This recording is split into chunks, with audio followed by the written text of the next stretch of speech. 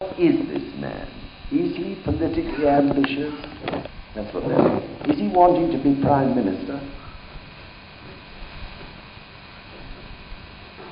Political leaders are often fearful of him because of his wisdom, because they can't fault what he writes.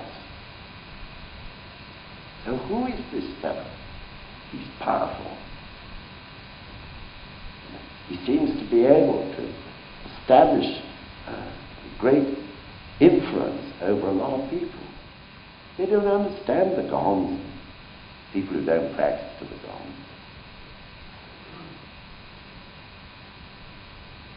Mr. Tanaka, who is one of the most, words fail me, but I mean he's one of the most corrupt politicians in Japan. He called Sensei a chanting Hitler, if you please. This man, who has already been in the courts for embezzling hundreds and hundreds and hundreds and thousands of pounds. But all the newspapers quoted him. It even got in the Daily Telegraph. The truth is, of course, that Sensei is a person of the middle way. He is following a path of perfect balance because he chants Nam-myoho-renge-kyo. And therefore, he can be in the right place at the right time and say the right thing which is of most value in any situation, which is what also you are doing. Though whether you know it or not, I don't know. But this is what you're doing. Sometimes people maybe don't understand you. For some reason, they can't sort of make you out. Certain types of people who are, horribly ambitious themselves or whatever, probably can't make you out. And that's the reason, because you are following a path which is somehow undefinable. Who is this guy? What's he up to exactly? I can't make him out. The things he says, yes, no doubt about it. They've got, a lot of good sense in them. A lot of people will listen to this guy. But what is he? What's he up to? What's his ambition? Because we live in a material, ambitious world. So this is one of the great problems. But on the other hand, it's a great problem and one that we can put up with, because we know in the end that what is right by the Gohonzon is right in every other sense.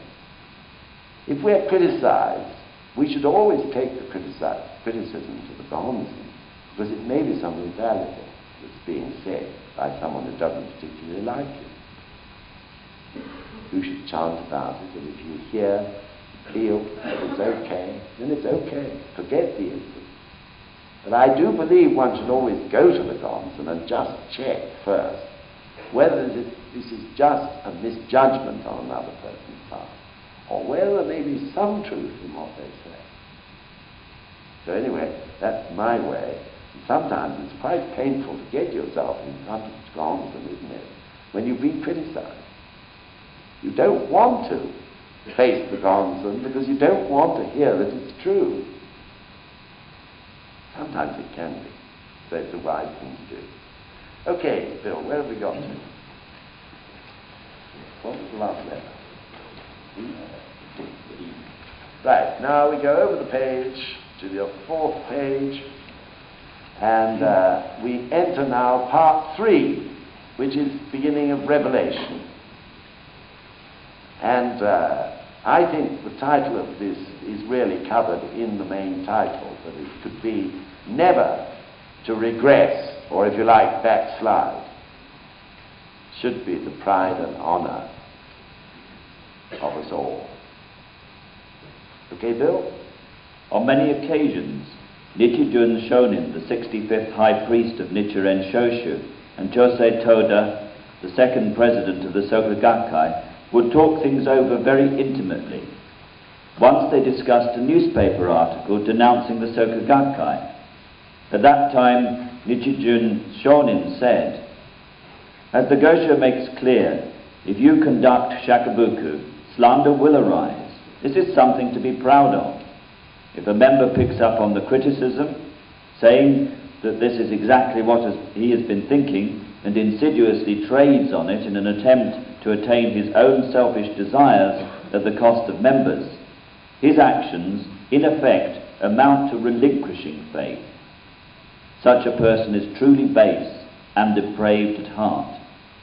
Please understand that to simply criticize in the newspaper is one thing, but to verify that criticism as the truth is quite another." The Daishonin states as follows: "Although Notobo was an ally, due to his fear of society, as well as on account of his own desires, he not only rejected Nichiren, but has become his enemy." It's the same with Shofubo in the Gosho Zenshu. Though not very much is known about Notobo and Shofubo, it's believed that they were quite highly regarded among Daishonin's followers, being versed in doctrine, highly skilled in debating, and intelligent. Nevertheless, they not only abandoned their faith, but they publicly attacked the Daishonin.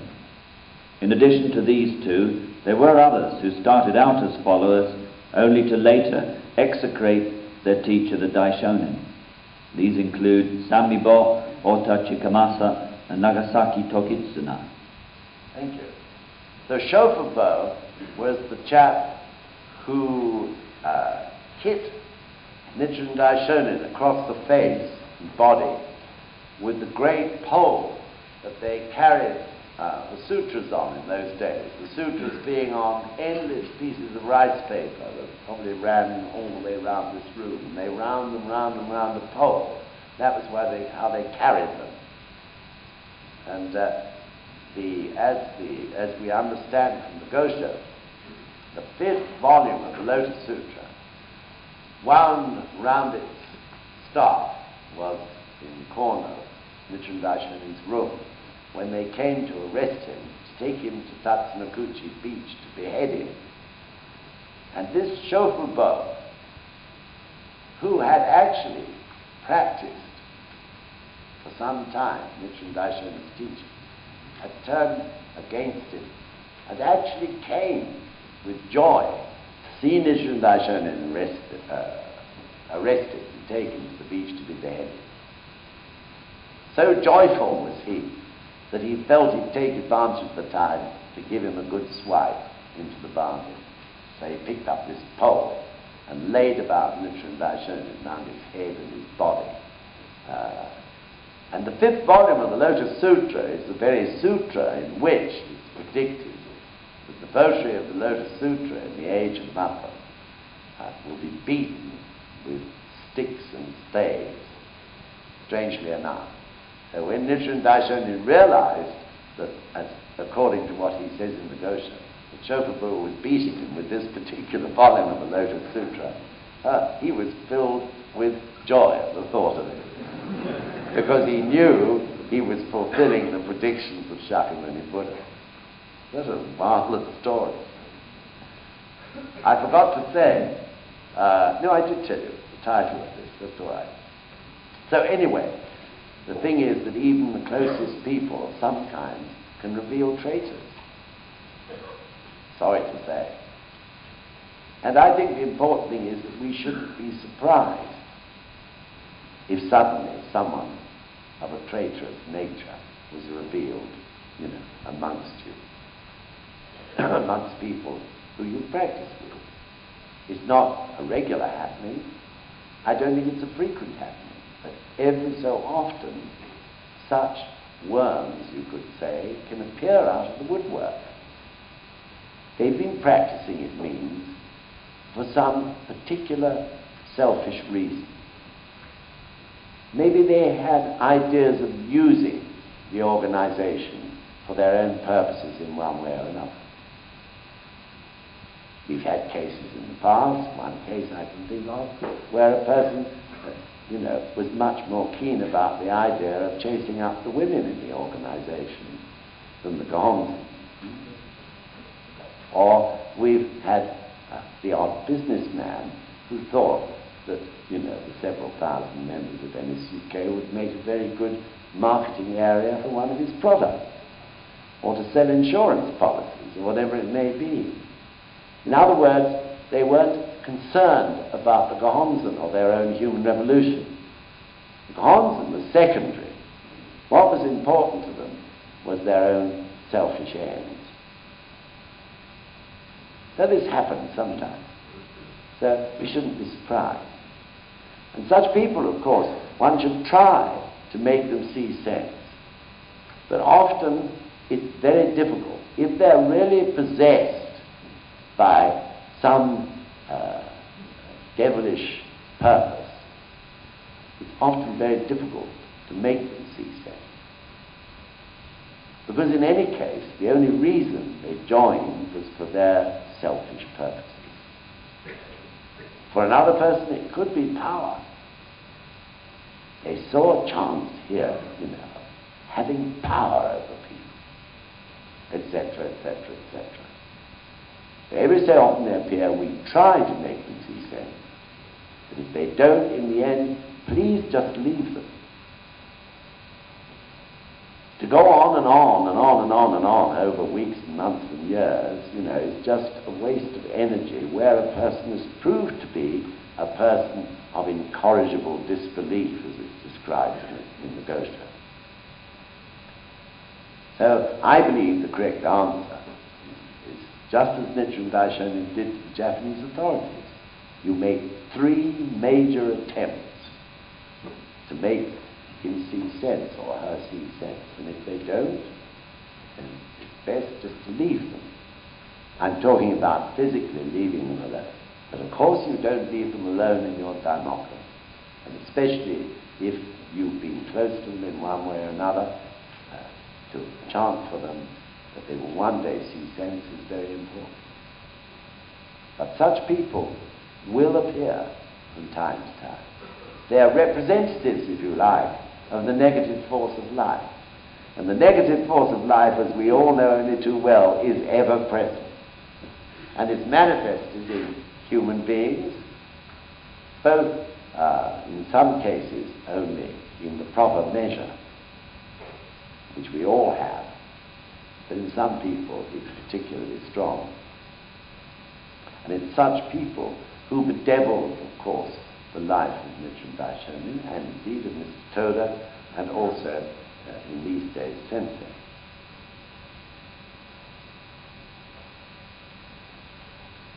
Right, Bill. The next bit is where?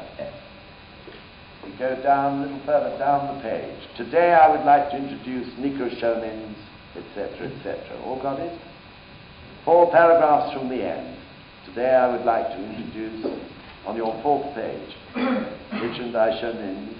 I'm going to leave it to Bill to pronounce it. All right, off we go. Today I would like to introduce Nikko Shonin's Deshibon Honzon Mokuroku, or Deshibuncho for short. This document was written in 1298, when Nikko Shonin was at the age of 53, titled Record of the Gehonzon bestowed upon the disciples of Byakuren, Nikko. It lists 66 disciples of Nikko Shonin as having received Gehonzon inscribed by Nichiren Daishonin. The Deshibuncho lists both priests and lay believers without distinguishing between them. From this single detail, I believe we can see Nikko Shonin's spirit to foster harmonious unity of priesthood and laity. This is something which deeply impresses me. However, because of limitations of time, I'd like to leave this matter for some other occasion. In the Deshibuncho, Nikko Shonin clearly refers to the people who had abandoned faith and been traitorous as having committed betrayal, strictly stating the nature of their offence. First coming across this passage shortly after my conversion, I was deeply struck by the solemnity of Nikko Shonin's attitude toward faith. Among the 66 followers whose names are listed, those who had betrayed their master and were defrocked came to 12, roughly 18% of the total. The disciples, whose names appear in this Deshibuncho, were people who had been regarded as having strong faith. Yet, nearly 1 in 5 of them turned traitor. Can you listen to it now, Bill? We'll go on a little further down. Nichiren Daishonin states. Nichiren Daishonin states, if a master fosters a bad disciple, both will fall into hell.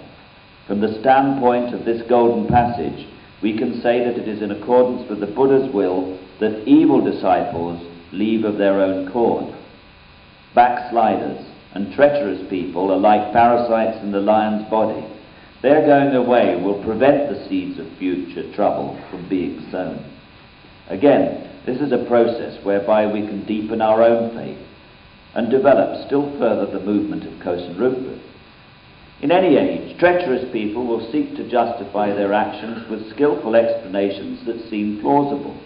However, the Daishonin proclaims that at bottom they are motivated by fear of society and personal desire. In other words, their actions arise from vanity, cowardice, and selfish desire. This pattern hasn't changed in the least. So long as we can sharply identify them, traitorous attempts will come to nothing. We should take the long-range view that such things are an inevitable part of the progress of Causton Rupa.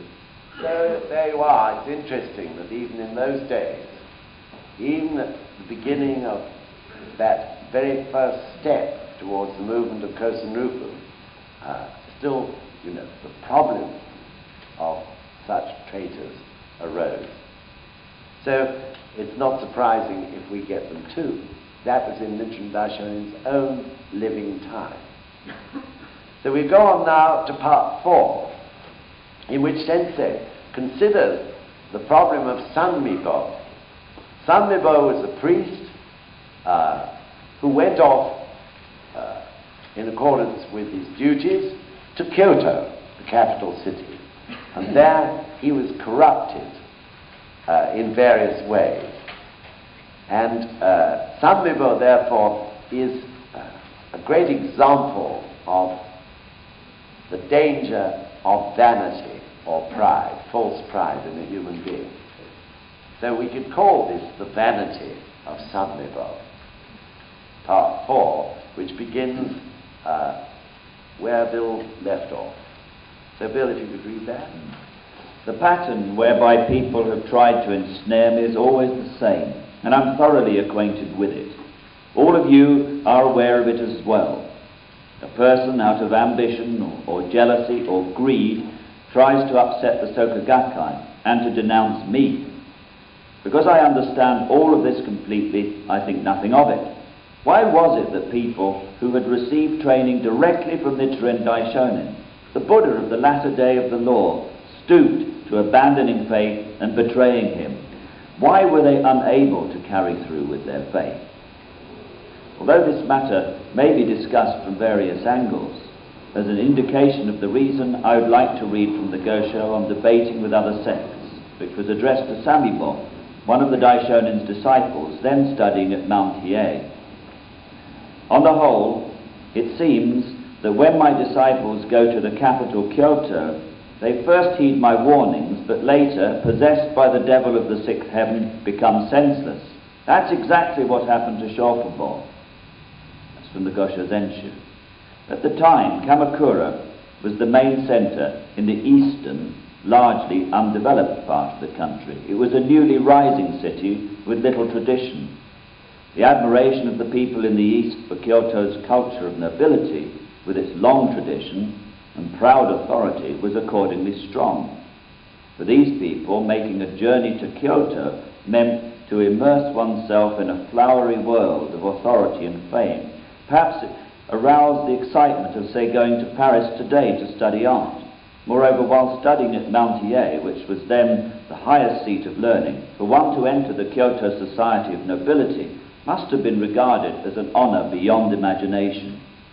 Living such a life, Sanmibo became intoxicated with the renowned, refined Kyoto culture, and must have, at some point, come under the illusion that he himself was also refined and noble. In the above mentioned letter, The Daishonin expresses deep concern over the change in Samibo's mind. Human weakness and foolishness are the same today when people enter realms of activity such as politics, where they're showered with glory and respect of society, though at first they seem not to forget their original aim of exerting themselves for the sake of the people. Later on they're prone to be carried away by desire for wealth and fame. There are some who, despite the promise of their early years, by the time they reach their 40s or 50s, are no longer able to control themselves. To prevent this from happening, it's of the utmost importance that whatever you may be involved in, you always have the humbleness of mind to receive instruction in faith. You should realize that once you dissociate yourself spiritually from your seniors in faith and the organization, you're already in a very dangerous situation. The Daishonin describes Samibo as having been possessed by the devil of the sixth heaven. The Kanji chapter of the Lotus Sutra states, demons will take possession of others. Although outwardly one looks normal, his mind falls under the control of devils and demons, as explained in Buddhism. As a result, he has become senseless and can no longer listen to reason. Moreover, this happens without one being aware of it in the least. Samibo became so arrogant that he made his ego, instead of the law, the center of his existence. At length he came to look down on his master Nichiren Daishonin. Thank you. So there are three important sentences there. The first one is near the beginning of that part. Nichiren Daishonin's words, "On the whole it seems that when my disciples go to the capital, Kyoto, they first heed my warnings, but later, possessed by the devil of the sixth heaven, become senseless." That is exactly what happened to Shokubo. The devil of the sixth heaven, the wonderful title, isn't it? Is the chap, who is the king of all devils, in words of the old way of explaining Buddhism. But in fact, it is that devilish tendency that exists in all of our lives to take possession of us, literally, through vanity or one of the other 8 winds in the Gosho of that name. So I always, when I think of the 8 winds, remember Huey Burns, who's sitting up the back there, because when he went to Japan, after he'd written the song, The March of the 21st Century, which became the SGI song and still is, and 55,000 people sang it for the first time. I said to him afterwards, how do you feel, Huey, when 55,000 people have been singing your song? And I was very moved, and he said, "Mr. Causton, I brought the Gosho, the 8 winds, with me, and I made up my mind I was going to read it every day on this Tosa." So if you haven't read the 8 winds, you won't quite follow that particular remark. But what I do suggest is that when you go home, if you haven't got your Gosho here, you read it, because it concerns those winds or influences which can cause us to lose faith. And they can be either where we're disgraced or where we are going through a very bad period, or they can be where we're highly successful. And perhaps the most dangerous of all winds is when we're being highly successful. That is the time when we can so easily be trapped. So, of course, there are all sorts of warning signs, and there's no need to go into them. You know them as well as I do. But once, for example, we feel we don't need to go to study, of course, many times we can't go because we have something very urgent on. But when we have a feeling we don't need to go to study, or when we feel we don't need to listen to a Gosho lecture, or to listen to the guidance of a leader, that's a danger signal, isn't it? Because the truth is, we never stop learning. As Nichiren Daishonin said in many places, no matter what the status of the teacher, we should listen to what he has to say, because there is always something new. We can read a Gosho this year, and we can read it again next year, and because we have changed, for the better, one hopes, in that year, we'll get more out of it in the next year than we did in the first year. and we can read it every year from then onwards, and we will always get something out of it. It's true, isn't it? So this, I think, for men is a particularly important part. I think, men are particularly susceptible to fame. It's very easy for men to get big heads and feel, that there is something great about themselves and they've done great things. So this is when Nichiren Daishonin warned us. And this will never happen as long as we keep our practice going. But of course it can be a vicious circle, can't it? The very fact that we're big-headed makes us feel we don't have to chant so much Dainoku. A particular chap I know in sgi-uk used to actually say, he's not here anymore, and he used to say, there's really no need to chant a lot of Dainoku. To his members. It's unbelievable what he did. So you can see how distorted the mind of someone who is possessed of a conceited mind can be. One would hardly believe such a thing is possible, but it happens. That's the point. And of course, usually such a person, it happens when they are not practicing properly. And Nichiren Daishonin says in the Gosho, if one's faith slackens, inevitably devils will move in. And we all know, that devilish force is there within us. Therefore, if our positive life force begins to drop, the negative force of life is in like a shot. There's no pause, no hesitation. There's no period where your life sits on the fence, as it were. It's there like a bomb. The moment it sees an opening. This is the nature of life. And then over the page, there are two other sentences.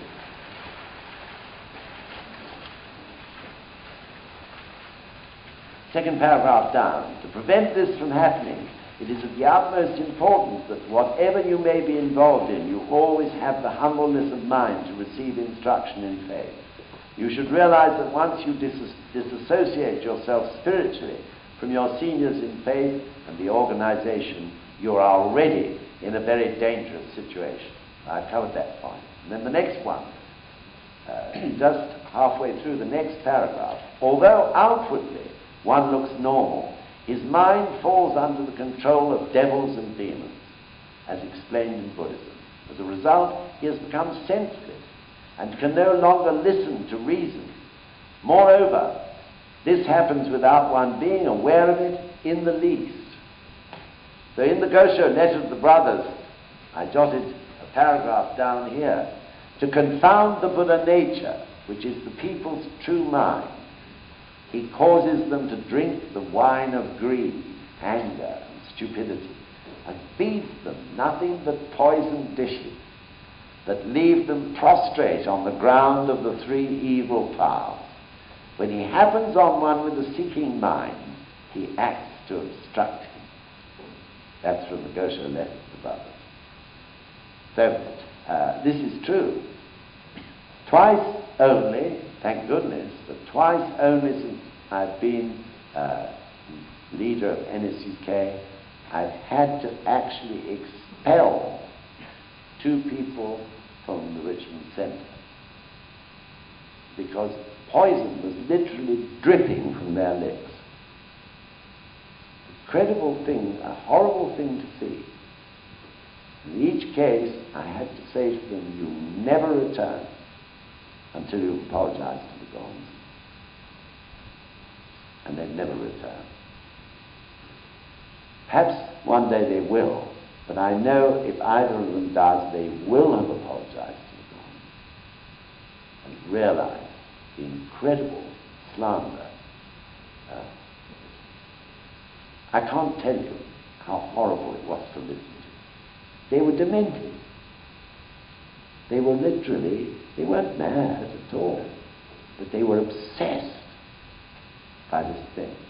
Their minds were obsessed by it, and they were as if blind. So however much one talks to such people, it's very difficult to break through. Most likely, they will never listen to a word you say because their minds and their eyes are completely closed. Sometimes this can happen. And as was said earlier in this guidance, it is our task, of course, as true disciples of Nichiren Daishonin, to take such people to task, point out their slander, and do our best to make them stop. But if they won't, if they prove to be people of incorrigible disbelief or whatever, then one has to just let them go.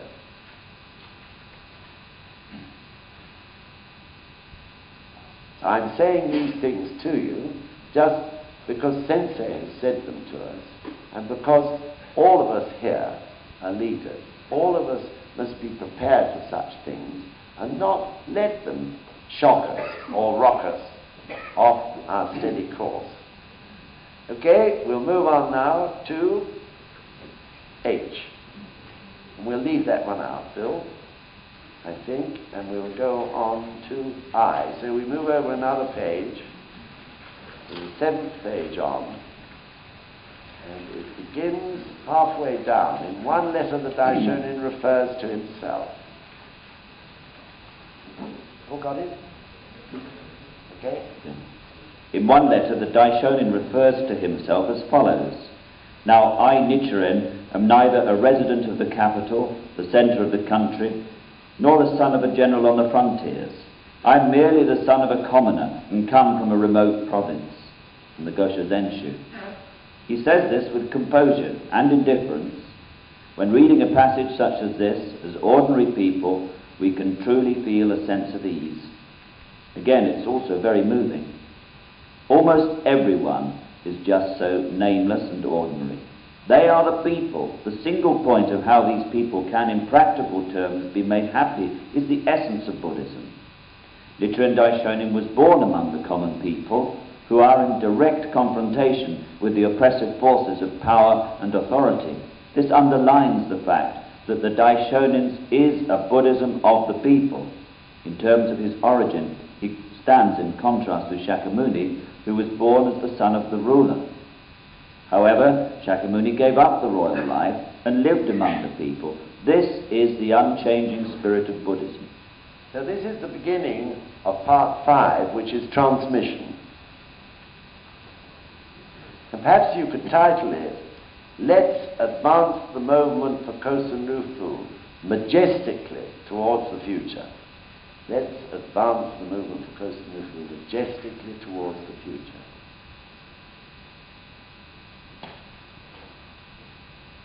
So our movement is essentially a movement of the ordinary people. It is not an intellectual or philosophical society, is it? It's not, or shouldn't be, an exclusive club. Of course, the devilish force of life can try to make a district or a group or a chapter very inward-looking instead of outward-looking, which is essentially the nature of Nichiren Daishonin's Buddhism, and it could sort of begin to become a cozy club. Someone once coined the phrase cozy rufu. Cozy rufu, when, the members are not doing shakubuku and are turning up at meetings and virtually looking at each other all the time, looking inward. And always a sign of cozy rufu is that it's accompanied by a great deal of not at all cozy on shitsu. So, some way, if such a thing is happening, the gonzan working in the members' lives in that district or group will eventually make people see sense and realize how they're failing and how stagnant and stationary that particular group or district has become.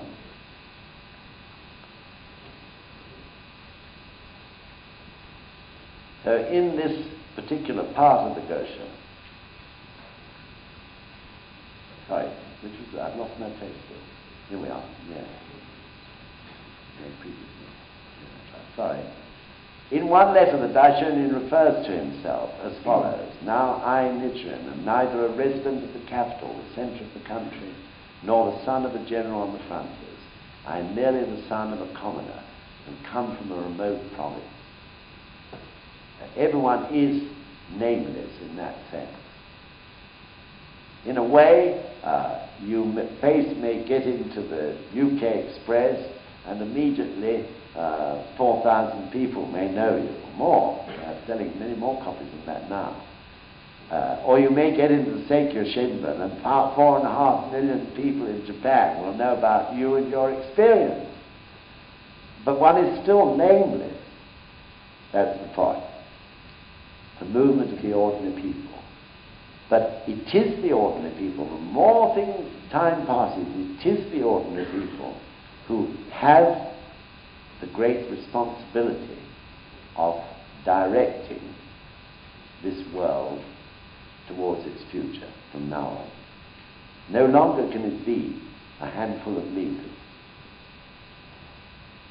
It has to be the people themselves who, through their wisdom, simple wisdom and understanding, can guide the leaders and support them to take the right action.